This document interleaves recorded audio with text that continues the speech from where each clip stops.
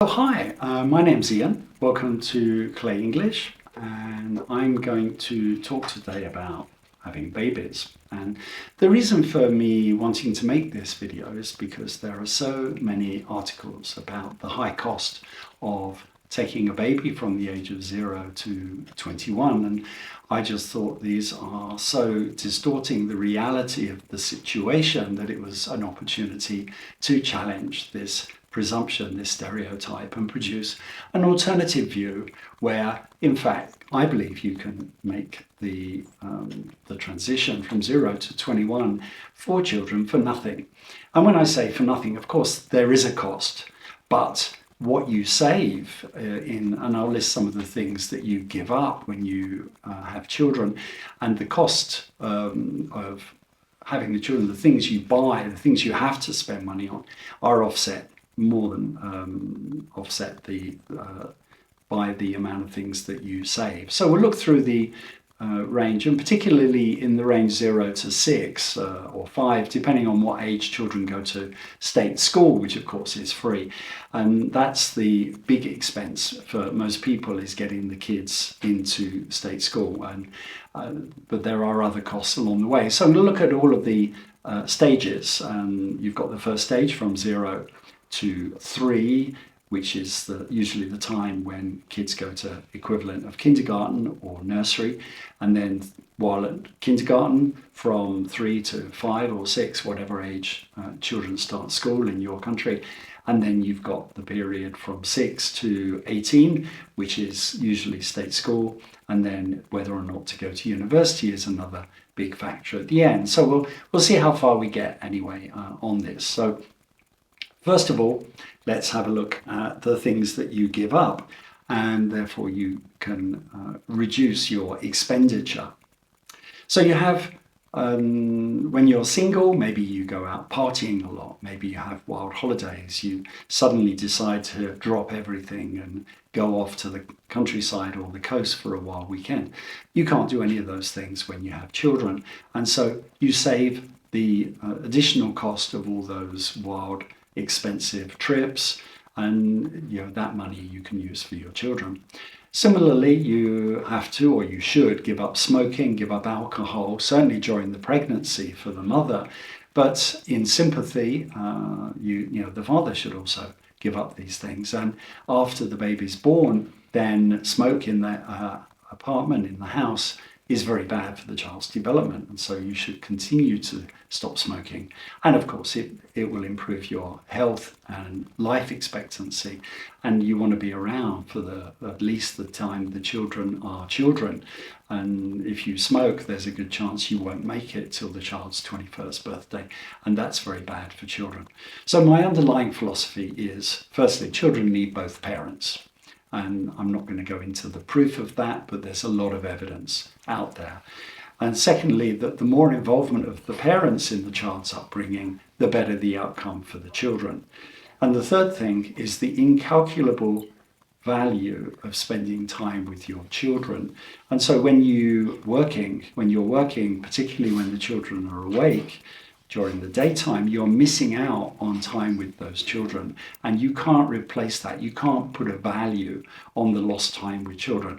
And so these are the massive, incalculable savings that you make if you spend time with your children instead of spending time with the office and your mates at the office. So you have those savings, and you can imagine all the other things that you do as a single person, which you're not going to do when you're married or when you've got children, and those savings also count in the savings column to offset those costs which you can't avoid.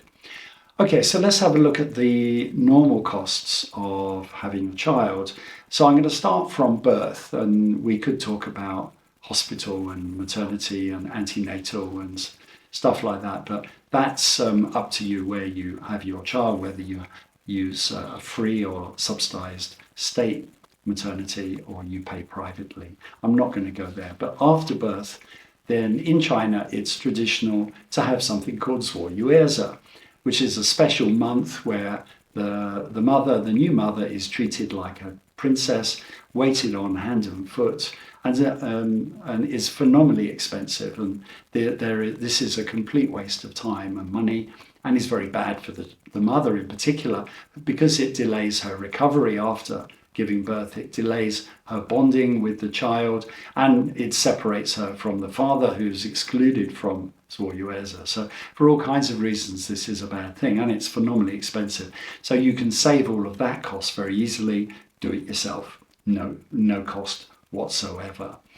But they have loads of recovery surgeries and beauty salons things for you to do during that month. So don't you think that's worth for women to have it? Yeah, I think I oversimplify it. I mean, the fact is, it's not about the recovery of the mother. This is a default month for all mothers. Of course, if the birth is difficult, particularly if it's a C-section or poor Fuchan, then the mother may need longer time to recover than a natural birth. She may need other surgery, other recovery, and then those costs are essential. And it may be it takes her more than 1 month to recover from having the baby. But women get typically 6 or even 12 months maternity leave anyway. So this is easily going to cover the time off to recover. And it's much better that the father or the husband is looking after the mother than strangers during this period. And so we look at the issue. But other people might say that the stranger, I mean the nurse and the doctors, will be much, much more efficient and suitable because they know a lot, they're more professional than your husband. That's true, and maybe you need to do some work online to find out what they're doing. But these jobs are not that skilled. There aren't that many factors involved, and most of them are not necessary. They are benefits, they are bonuses, and we're looking here at saving the costs. And so what benefits are included in Zuoyueza, perhaps like massages or special baths and things, then you can actually do those at home if you want to, if they're really necessary. But yeah, there may be other things you need to study online in order to work out how to do yourself, or for your husband, or for you to do. But all of this is about saving cost, and there may be some small sacrifices, some small benefits you're giving up in order to save money. The other issue about immediately after birth is paternity leave. Now, very few companies, very few countries have reasonable paternity leave. That's time off for the father. And so what do you do? And particularly since we're talking at least 6 years before the children go to state school. So the normal thing is that the person who earns less, usually the mother, gives up work. And the problem with that is you have a large loss of salary. And so you would argue that the cost of that should be included. Well, yes, but not necessarily. And let me put it to you like this. A lot of employers have discovered, particularly since COVID caused many people to work from home, the productivity actually goes up when people work from home. They're not distracted by chats at the coffee machine or discussions about what you did at the weekend. People actually focus on outcomes, on satisfying the product targets, on achieving production quotas, whatever. So productivity is the key. And if you can demonstrate to your employer you're as productive, if not more so, working from home, there's nothing to stop you asking for what are called family-friendly working and be able to switch to working either wholly or mostly from home. Working in an office is good when you're single, you socialize, you get to meet people. But once you have a family, you can stay at home. And so you save the cost of commuting. But I know in England, particularly, commuting into London is phenomenally expensive on the railways. And so you save that cost by working from home. And it's much better for your health. You get all that extra time at home. You can get up later, perhaps. And so working from home is a huge benefit to you. And so you can spend time with your children and also your wife, your husband, as well as do the job. And if both you and your wife, your husband, are able to switch to home working, telecommuting, then you can take it in turns to look after the child and do your work in between. And if you have to go into the office, you can arrange with your partner that they are at home when you're working, or when you have to go to the office. And traveling off peak into some kind of work meeting is cheaper as well. So there's a huge saving on commuting there. The other big cost, which is included in all these articles about the cost of having children, is accommodation. And they usually include the cost of moving to a bigger apartment, a bigger house, as a necessary cost in the calculation. Well, I disagree, and I'll give you an example. When we moved to a two-bed apartment, or rather to a three-bed apartment from a two-bed apartment when our first baby came along, we only paid an extra 100 RMB a month. And the reason was we moved to a cheaper area, very slightly cheaper area, more convenient as it happened nearer the metro. But it was a slightly cheaper area, and so the cost increase was negligible.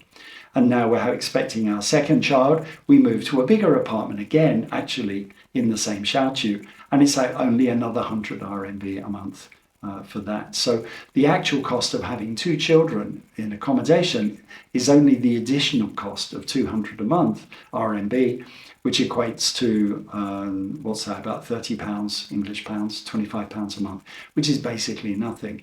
You don't have to go and buy apartments, buy bigger houses. That makes no sense. And you have the disruption of moving. If you're renting, you're much more flexible.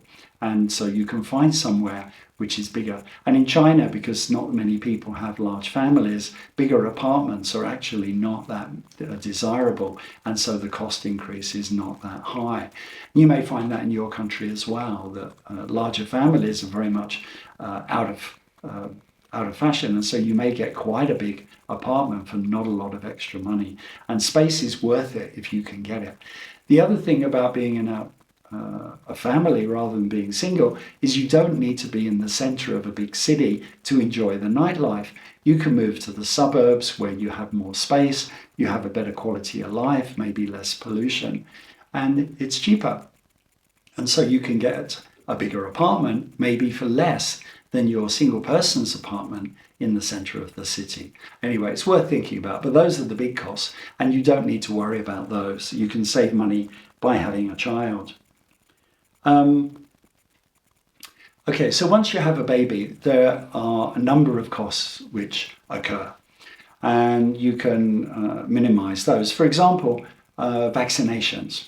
Now, we discovered that as the baby was growing up, there were regular vaccinations. Some of them were compulsory, some were optional, and some of the optional ones were very expensive. So don't have them, just have the compulsory, usually free or very cheap vaccinations. And sometimes it's cheaper, in fact, to have 5 individual vaccinations than have a combined 5-in-1 jab. And it's probably better for the child as well, not to have so many live vaccines being injected at one time. I don't know, that's another issue. But the fact is you can find cheaper alternatives to the vaccinations and question the doctor, are they essential? Do we really need to have them? And we're not going jungle trekking with our baby, we're living in a big city. And so a lot of these highly unlikely illnesses may not be worth paying a fortune for. The other big costs, children's clothing, children's toys, you don't need to spend a penny on. Now, maybe we're lucky, we have lots of friends whose babies are just a little bit older than our baby, and they are not having any more children, and so they've donated their spare clothes, their spare toys to us. And so we haven't had to spend anything at all on children's clothing. But that's based on the parents' social ability, right? They have to make a lot of friends before the baby was born. Absolutely, it's all part of planning. If you're planning to have a baby, it takes at least 9 months before the baby turns up. And so you can go out and look for friends who have just had babies who are 1 or 2 years older than your baby. And particularly newborn stuff, the baby grows out of very quickly. And it's not much use to anyone who's choosing not to have more babies. Similarly with toys, in England we have a thing called eBay, a website for second-hand products. You can get an awful lot of very cheap stuff online. Children's toys are one of the many items. Children's clothing also drops in price. Some people bizarrely go out and get designer label clothes and shoes and stuff, and it's just not necessary. And the other big cost is powdered milk. And we discovered that in fact you don't need to spend anything on this if you can time it right. So for the first 6 months at least you can breastfeed, and breast milk is completely free. And this is another good reason for working from home, is the breast milk is always available. And if the child grows too much and needs top up, then you can start special food. You can mince and use simple food after 6 months. If babies need a lot of milk, and cow's milk is very cheap, full fat cow's milk is very cheap. Even in China, which doesn't have a tradition of cow's milk, it's not that expensive, and it's certainly a lot cheaper than powdered milk. And so you want to move on to that as soon as you can. Of course, the child may have an allergy to the lactose intolerance, so you need to watch out for that. You may have to delay giving the child the cow's milk until a bit later if that happens. I mean, do watch out for food allergies and other allergies, and try and work around them. But generally those main things are not necessary. Powdered milk and children's clothes, you don't need to waste a lot of money on those. The other big cost in that period up to the age of 3 is childcare. And parents can spend an awful lot of money paying some stranger to look after their children so they can go back to work. I strongly recommend against it for a number of reasons. Firstly, these people are usually untrained, unskilled, may not even speak your language. And because there's a shortage of these people, and particularly good people or people with a good record, you may end up using very low skilled or possibly immigrants for this job, and strongly recommend against it. And you may be concerned enough to rig up webcams to monitor what they're doing while you're out, and the worry of that is just crazy. It's very expensive, it's unnecessary. Just stay at home with your children. Your children will bond, you'll have a much better relationship, and you'll love it. You will. Maybe it's tough in the first year, and if you have a naughty baby like we do, maybe it's tough for 2 years, but after that you'll get the benefit, and the children will be much closer to you than they ever would be to a stranger. And you don't have to worry then about your partner looking after the children when you're out, or vice versa, and in the way that you would have to worry about a stranger, particularly someone that's got no qualifications and you don't know what they're doing with your child. So after the age of 3, you can go to kindergarten. That's the norm, but again, I strongly recommend against it. And so let's have a look at the problems of kindergarten. Firstly, it's very expensive. Well, I think you can let the kindergarten to the next section of the video, but I want to ask you this question that, some people actually said to hire someone to take care of our children is not because we want to hire someone, it's because we want to be ourselves. When you become mother, you are forever mother. Your children will call you mother all the time. You take care of them all the time, day and night. And it feels like you are someone else. So it would possible for you to choose opportunity to just go out, hang out with your friends, to be yourself. And a lot of women actually require that sort of opportunity to go back to be themselves. So what sort of opinion on that? Yeah, absolutely. I mean, my argument against Baomu is against a full-time Baomu, a full-time childcare. Of course you need to have a break to be yourself rather than just being a parent. And that's where family come in. That's where the grandparents, your siblings, or good friends that you trust come in, and they're the obvious people you can turn to maybe once a week or twice a week if you have grandparents. The other option is you make friends with other people in a similar situation to yourself, and you take it in turns to look after each other's children. And if you're lucky, then your child and their child become friends, grow up together, play together, and that makes your life a lot easier. Maybe you can even work while the children are playing in the room with you. So yeah, absolutely. I'm not suggesting that only the parents are there 24/7. You need to have some time for yourself. You will miss that time, particularly with your partner.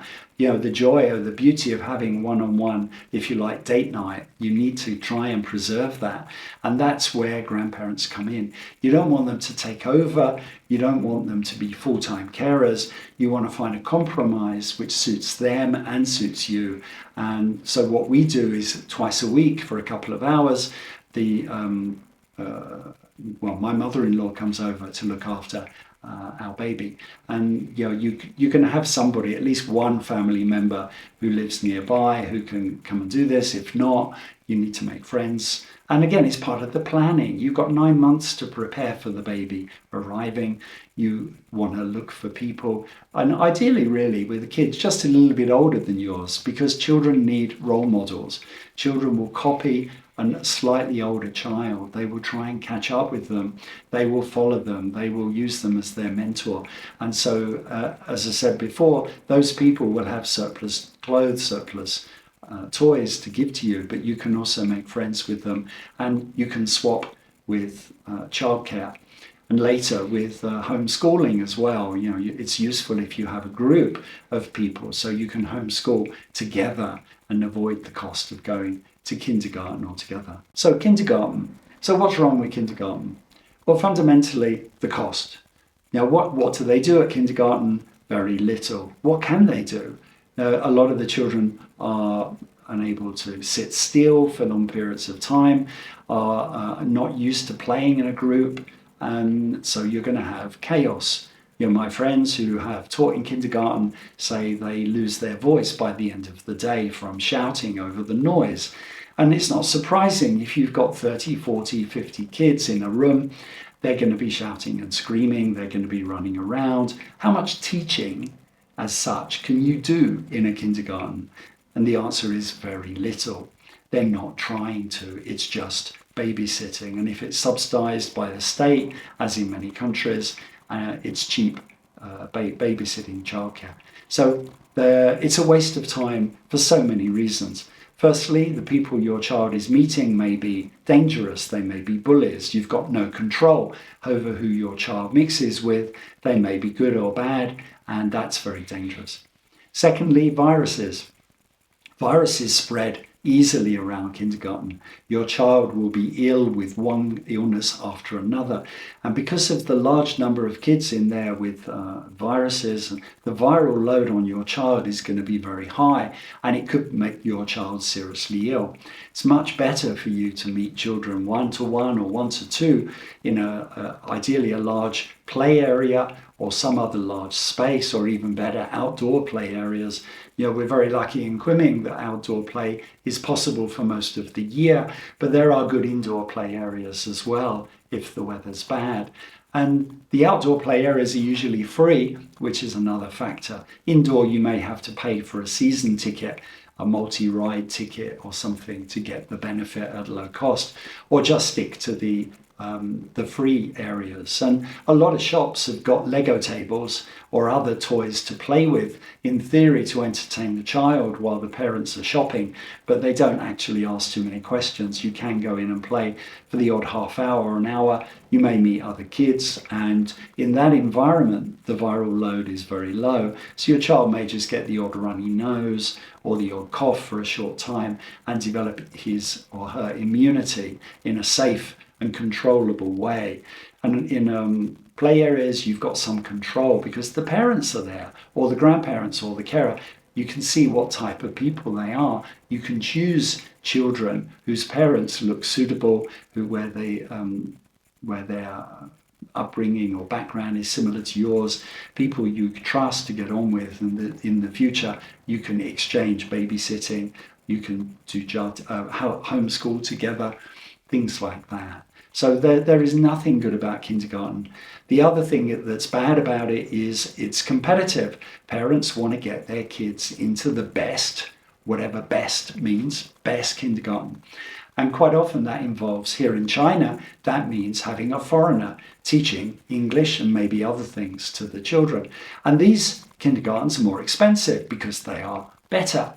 So what is the advantage of that? Okay, I'm in a special situation. I'm a foreigner in China. I can teach my child English.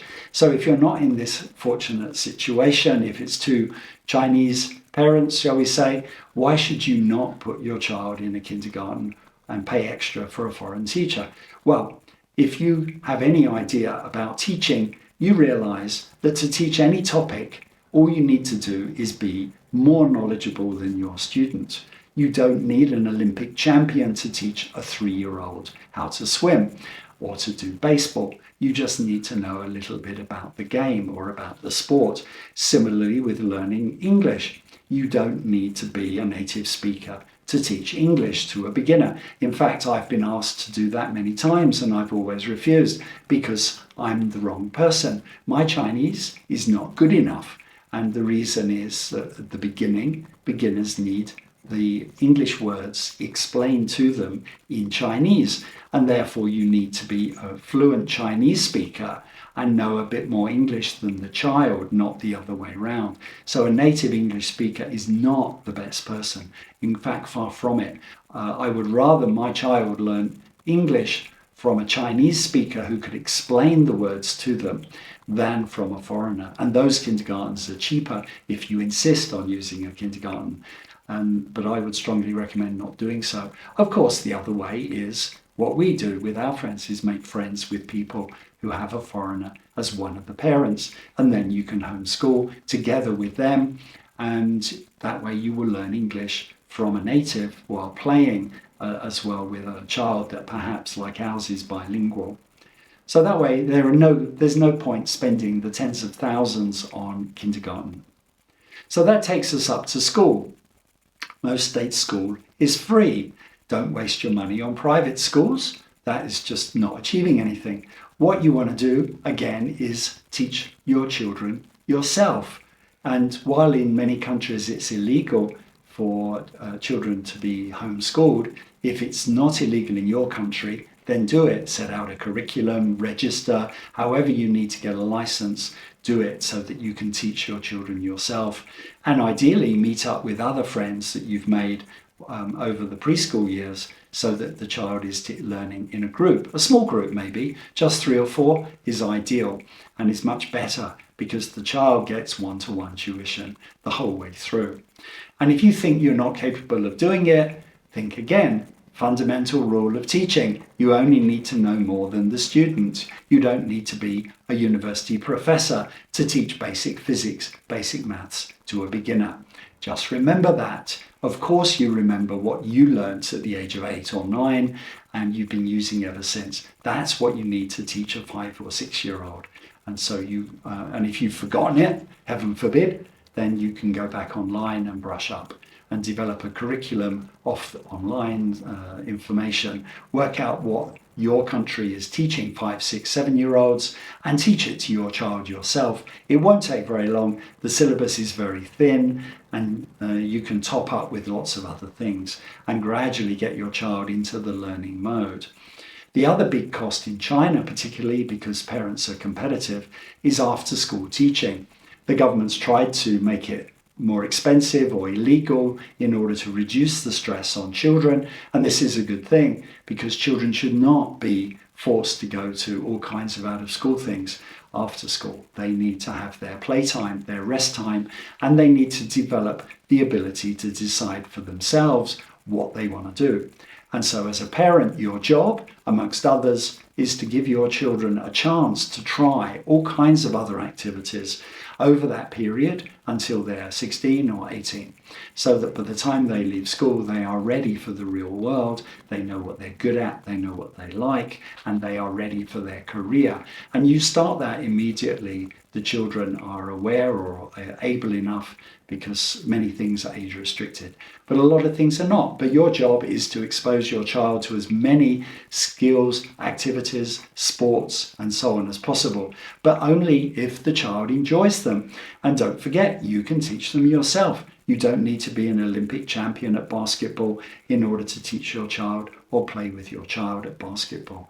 And it's extremely unlikely children will ever become international basketball millionaires, and so don't give your child the false impression that any of these sports or leisure activities has any money in it and is worth devoting all their spare time to. Give them variety, try them out, see what they enjoy doing. Yeah, so during this period from 6 to 18, when the child is in state school and it's free education, if you do that, of course, I would strongly recommend homeschooling, and then you don't have to worry about traveling to and from school and all the cost and sitting around waiting and reorganizing things in school holidays.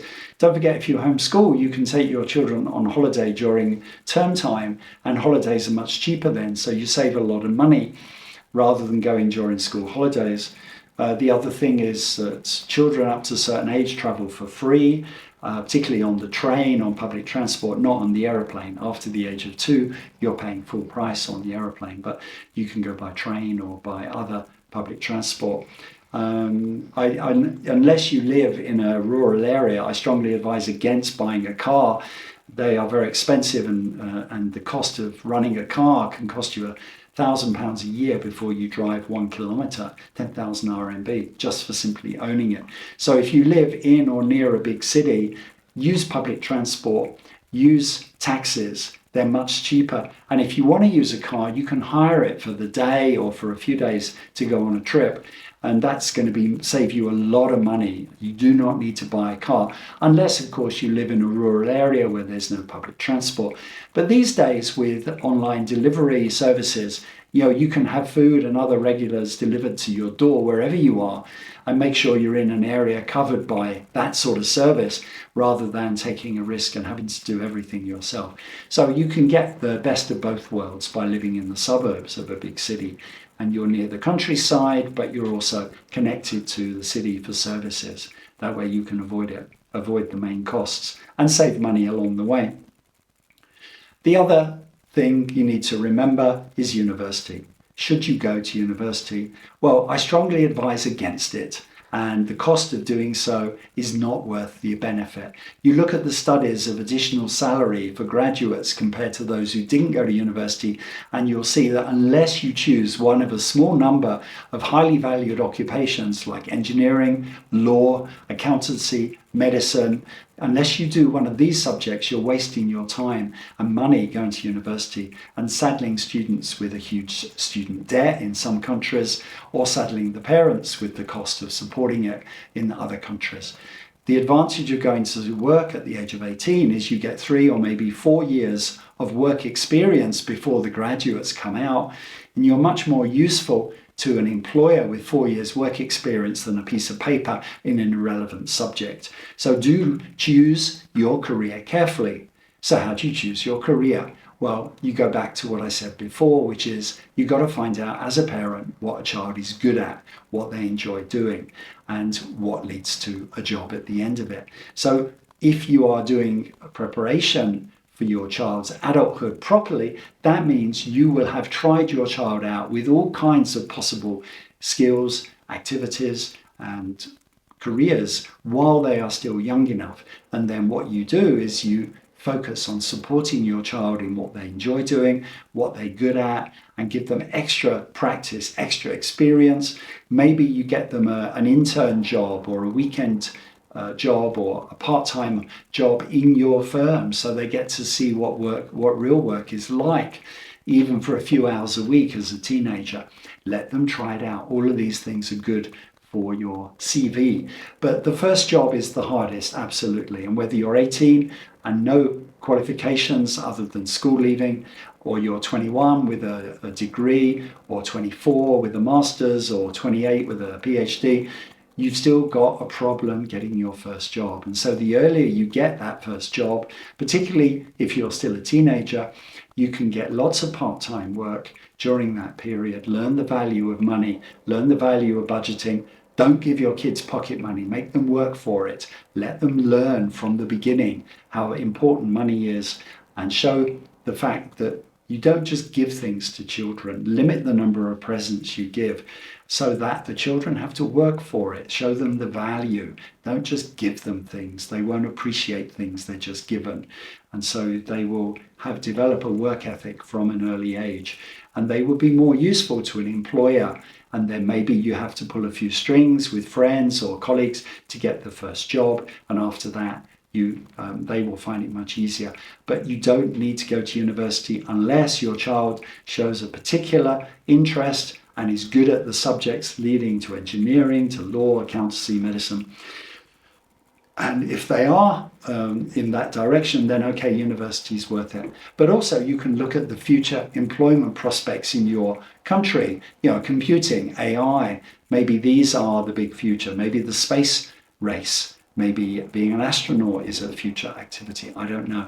Look ahead 10 years, 20 years. What's going to be popular when your child is 30? That's what you need to work towards. See if your child is ready for it. And save your money. Don't waste it on university.